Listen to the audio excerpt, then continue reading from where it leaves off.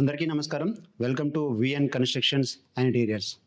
ఇంతకు ముందు వీడియోలో మనం ఇల్లు కట్టే ముందు ఎలాంటి జాగ్రత్తలు తీసుకోవాలి అనే దాని గురించి తెలుసుకున్నాము. అలాగే ఫుటింగ్స్ వేసుకునే ముందు తప్పకుండా చేయాల్సిన పనుల గురించి కూడా చెప్పడం జరిగింది. ఆ వీడియోస్ ఒకవేళ మీరు చూడకపోతే మన ఛానల్‌లో ఉంటుంది. అలాగే ఈ వీడియో కింద డిస్క్రిప్షన్‌లో కూడా ఇస్తాను. వెళ్ళి ఆ వీడియోస్ చూడండి. ఆ వీడియోస్ చూసిన తర్వాత మాత్రమే ఈ వీడియో చూడండి. ఎందుకంటే ఆ వీడియోస్ చూస్తే మీకు ఒక క్లారిటీ అనేది ఉంటుంది. ఇక మన టాపిక్‌లోకి వెళ్తే, ఈరోజు మనం మాట్లాడుకోబోయేది కాలమ్స్ అంటే పిల్లర్స్.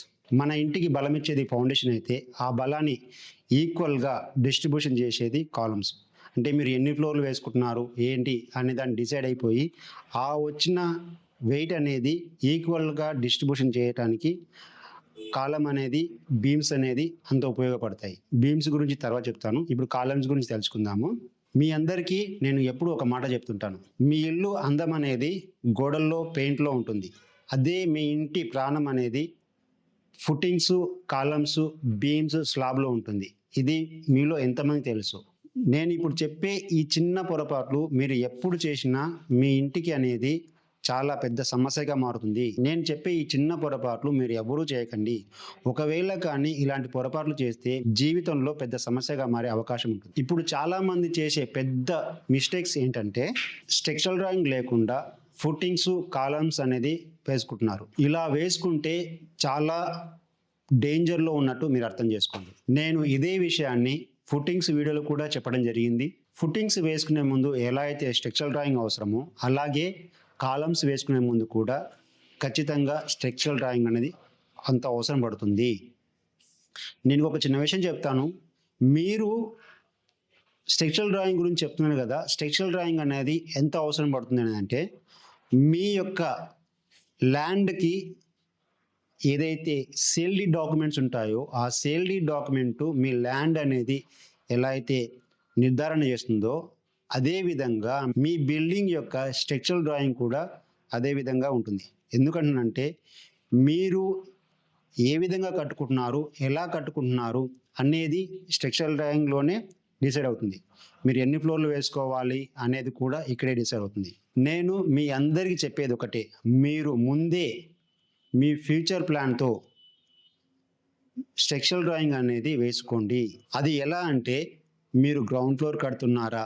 ఫస్ట్ ఫ్లోర్ కడుతున్నారా? లేదంటే సెకండ్, థర్డ్ ఇలా ఎన్ని ఫ్లోర్‌లు కట్టినా మీరు ముందే స్ట్రక్చరల్ డ్రాయింగ్ అనేది వేసుకొనుంటే, ఆ స్ట్రక్చరల్ డ్రాయింగ్‌లో ఫుటింగ్స్‌కి అనేది ఏ రాడ్ వాడాలి, కాలమ్స్‌కి అనేది ఏ రాడ్ వాడాలి, తర్వాత కాలమ్స్‌లో ఎలాంటి స్టీల్ ఎయ్యాలి అనేది డిసైడ్ అవుతుంది. ఆ కాలమ్స్‌లో కూడా ఆ స్ట్రక్చరల్ డిజైన్‌లో కూడా మీకు మీ ఇంటికి ఏ సైజ్ కాలమ్ వస్తుంది, ఏ సైజ్ ఫుటింగ్ వస్తుంది, ఏ సైజ్ బీమ్ వస్తుందనేది కూడా ఆ స్ట్రక్చరల్ డ్రాయింగ్‌లోనే ఉంటుంది. అందుకే మీరు ఫ్యూచర్‌లో కట్టుకోబోయే ఇంటికి ముందే మీరు ఫ్యూచర్ ప్లాన్ వేసుకొని స్ట్రక్చరల్ డిజైన్ అనేది తీసుకుంటే మీ ఇంటికి ఎంతో లైఫ్ ఇచ్చిన వాళ్ళు మీరే అవుతారు. ఒకవేళ కానీ మీరు స్ట్రక్చరల్ డ్రాయింగ్ లేకుండా తర్వాత చూసుకుందాంలే, తర్వాత చేద్దాంలే అని అనుకుంటే మాత్రం ఖచ్చితంగా మీరు ఫ్యూచర్‌లో చాలా పెద్ద నష్టం అనేది చూస్తారు. ఎందుకంటే మీరు ఈరోజు వేసుకోబోయే ఫుటింగ్స్, కాలమ్స్ అనేది రేపు ఫ్యూచర్‌లో అనేది మార్చడం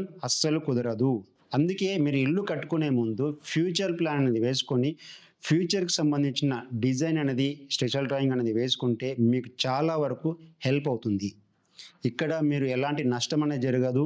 తర్వాత ఒకవేళ ఫ్యూచర్ ప్లాన్ లేకుండా మీరు ముందే మీరు ఒక గ్రౌండ్ ఫ్లోర్ వరకు మాత్రమే కట్టుకోవాలనుకుంటే అక్కడనేది మీరు ఫ్యూచర్‌లో ఇంకో ఫ్లోర్ వేసుకునేటప్పుడు మీ ఇల్లు డిమాలిషన్ చేసి అంటే మీ ఇల్లు కూలగొట్టేసి కట్టుకోవాల్సి వస్తుంది.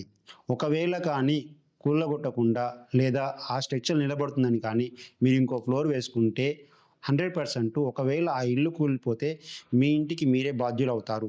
ఇది మాత్రం ఖచ్చితంగా గుర్తుపెట్టుకోండి. ఇప్పుడు నేను మీకు ఒక ప్రత్యక్షంగా అంటే లైవ్‌గా నేను వెళ్లి చూసిన సందర్భాలు ఒకటి మీతో షేర్ చేసుకుంటాను. అదేంటంటే ఇది నేను చాలా చోట్ల చూసిన విషయమే. అక్కడ ఏం జరిగిందంటే ఒక ఇల్లు కట్టుకునే ముందు ఎలాంటి స్ట్రక్చరల్ డిజైన్ లేకుండా, ఎలాంటి ఇంజినీర్ లేకుండా ఒక అనుభవం లేని కేవలం ఒక మేస్త్రి అనుభవంతో లేదా బిల్డర్ అనుభవంతో మాత్రమే ఇల్లు కట్టుకుంటున్నారు. ఇది చేసే మీ పెద్ద మిస్టేక్ అవుతుంది. ఎందుకంటున్నా అంటే నేను స్వయంగా ఇలాంటి పనులు ఎన్నో చూశాను. వారికి ఎన్నో సార్లు కూడా హెచ్చరించడం జరిగింది. హెచ్చరించిన తర్వాత వారు అయ్యో! చాలా వరకు ఇల్లు వరకు అయిపోయింది. తర్వాత ఆల్రెడీ కన్‌స్ట్రక్షన్ అయిపోవచ్చింది అని రియలైజ్ అయిపోయి చాలామంది బాధపడ్డ వాళ్ళు కూడా ఉన్నారు. మీరు ఒక విషయం మాత్రం ఎప్పటికీ గుర్తుంచుకోండి. ఏ ఇంజినీర్ అయినా సరే మీరు కట్టుకునే ఇంటికి వచ్చి ఈ స్టీల్ వాడండి, ఈ కాంక్రీట్ రేషియో వాడండి, ఈ సైజ్ కాలం వేసుకోమని ఎవ్వరు ఎప్పుడు చెప్పరు. ఎందుకంటే వారు స్ట్రక్చరల్ డిజైన్ వేసిన తర్వాత మాత్రమే ఆ స్ట్రక్చరల్ డిజైన్‌లో మీ యొక్క ఇల్లు లైఫ్ అనేది ఉంటుంది. దాన్ని బట్టి మాత్రమే అక్కడ ఏ రాడ్ వాడాలి, ఏ కాంక్రీట్ రేషియో చేయాలి, ఎలాంటి స్టీల్ వాడాలి అని మాత్రమే ఉంటుంది. ఒకవేళ ఎవరైనా సరే మీ ఇంటికి 16 ఎంఎం రాడ్ వాడండి, 12 ఎంఎం రాడ్ వాడండి అని ఎవరైనా చెప్తే మీరు దయచేసి వారిని మాత్రం ఎట్టి పరిస్థితుల్లో నమ్మకండి.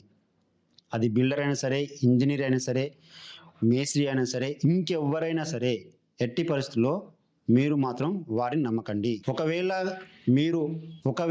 మీకు తెలియకుండా, మీకు చెప్పకుండా వారు వర్క్ అనేది స్టార్ట్ చేస్తే ముందుగా ఈ ప్రశ్నలు అడగండి. మా ఇంటికి స్ట్రక్చరల్ డ్రాయింగ్ వేశారా? వేస్తే మాకు చూయించండి అని ఖచ్చితంగా అడగండి. ఒకవేళ గానీ స్ట్రక్చరల్ డ్రాయింగ్ లేకపోతే మీరు మొహమాట పడకుండా ఇల్లు వర్క్ అనేది ఆపేయండి. ఎందుకంటే వాళ్ళు చేసే ఈ చిన్న తప్పు వల్ల మీరు, మీ కుటుంబం జీవితకాలము సమస్యలు ఎదుర్కోవాల్సి వస్తుంది. మీరు ఒకవేళ మీ కట్టుకోబోయే ఇంటికి ఫుట్టింగ్స్, కాలమ్స్ అనేది ఒకేసారి వేస్తారు, మళ్ళీ వేయరు.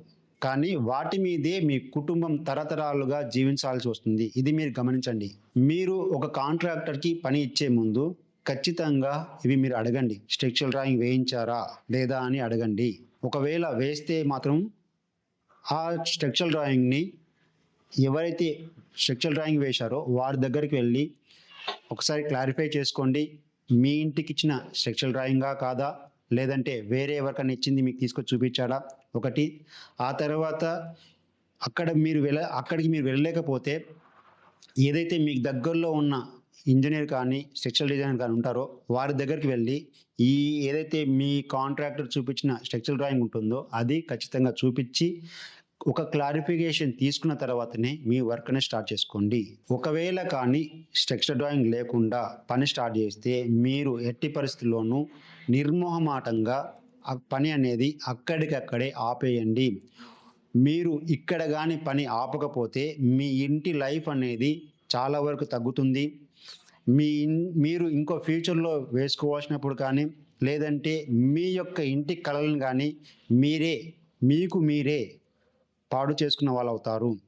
మీ యొక్క ఇల్లు అనేది మీరు జీవితకాలం కష్టపడి మీరు కట్టుకుంటున్న ఇల్లు. కాబట్టి అలాంటి ఇంటిని మీరు ఎట్టి పరిస్థితుల్లో కాంప్రమైజ్ అయ్యి ఇల్లు కట్టుకోరని నేను కోరుకుంటున్నాను. ఒకవేళ కానీ స్ట్రక్చరల్ డ్రాయింగ్ లేకుండా వారు మీ యొక్క ఇంటి వర్క్‌ని స్టార్ట్ చేస్తే ఎట్టి పరిస్థితుల్లో నిర్మోహమాటం లేకుండా మీరు ఆ పనిని అక్కడికక్కడే ఆపేయండి. ఒకవేళ వారు మీరు చెప్పినా వినకపోతే ఇదే బాగుంటుంది అని వారు ఖచ్చితంగా చెప్తే మీకు దగ్గరలో ఉన్న ఎవరైనా సరే క్వాలిఫైడ్ ఇంజినీర్ కానీ, లేదంటే మీకు దగ్గరలో ఉన్న స్ట్రక్చరల్ ఇంజినీర్ దగ్గర కానీ వెళ్ళి కన్ఫర్మ్ అనేది చేసుకోండి. చేసుకున్న తర్వాతనే వర్క్ అనేది స్టార్ట్ చేయండి. వారికి ముందే చెప్పండి.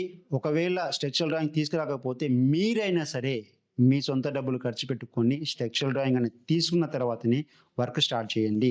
అది ఎవరైనా సరే, ఇంజినీర్ అయినా సరే, కాంట్రాక్టర్ అయినా సరే, బిల్డర్ అయినా సరే, ఎవరైనా సరే ఖచ్చితంగా స్ట్రక్చరల్ డ్రాయింగ్ అనేది అవసరం పడుతుంది. ఇదేది లేకుండా మీరు మీ జీవితకాలం కష్టపడిన డబ్బులు ఇక్కడ మీరు ఖర్చు పెడుతున్నారో ఆ ఖర్చు పెట్టే డబ్బు అనేది వృధా అవుతుంది.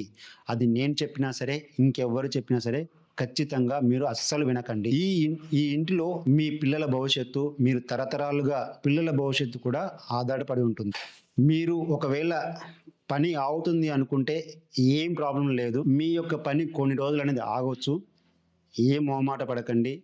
ఎందుకంటే మీ ఇల్లు క్వాలిటీతో కాంప్రమైజ్ లేకుండా కట్టుకుంటే మీరు ఫ్యూచర్లో అనేది ఎలాంటి బాధలు పడకుండా మీరు హ్యాపీగా ఉంటారు ఆ ఇంట్లో. చివరగా ఒక చిన్న మాట చెప్తాను. ఇల్లు అనేది ఇటుకలతోనో సిమెంట్తోనో స్టీల్తోనో కట్టుకునేది కాదు. ఇది మీరు జీవితంలో కట్టుకునే కళ. అలాంటి ఇంట్లో మీరు మీ కుటుంబంతో జీవితాంతం హ్యాపీగా ఉండాలి. అంతేకాని క్వాలిటీ మిస్ చేసుకొని ఎలాంటి వర్క్ సరిగ్గా జరగలేదని చెప్పేసి మీరు కాంప్రమైజ్ ఇల్లు కట్టుకుంటే ఆ ఇంట్లో మీరు ఎప్పుడు మనశ్శాంతి కోల్పోయి మాత్రమే ఉంటారు. ఇలా మీరు ఎప్పుడు మనశ్శాంతి కోల్పోకుండా పర్ఫెక్ట్ గా క్వాలిటీగా ఇల్లు కట్టుకుంటారని మా విఎన్ కన్స్ట్రక్షన్ తరపు నుంచి మేము హృదయపూర్వకంగా విజ్ఞప్తి చేస్తున్నాము. దయచేసి మీరు ఇల్లు కట్టుకునేటప్పుడు క్వాలిటీ విషయంలో మాత్రం ఎలాంటి కాంప్రమైజ్ అవ్వకండి. అలాగే ఇల్లు కట్టుకునేటప్పుడు ఖచ్చితంగా స్ట్రక్చరల్ డ్రాయింగ్ అనేది తీసుకొని కట్టుకుంటారని కోరుకుంటున్నాను. ఈ వీడియో కనుక మీకు నచ్చితే ఎవరైతే ఇల్లు కట్టుకుంటున్నారో వారికి షేర్ చేయండి. మీరు వారికి లక్షల్లో ఆదా చేసిన వాళ్ళు అవుతారు, లేదంటే వారి యొక్క బాధను తగ్గించిన వాళ్ళు అవుతారు. ఇలాంటి వీడియోస్ మన ఛానల్లో రెగ్యులర్ గా వస్తుంటాయి కాబట్టి మన ఛానల్ ని సబ్స్క్రైబ్ చేసి పెట్టుకోండి. ఈ వీడియో మీకు నచ్చితే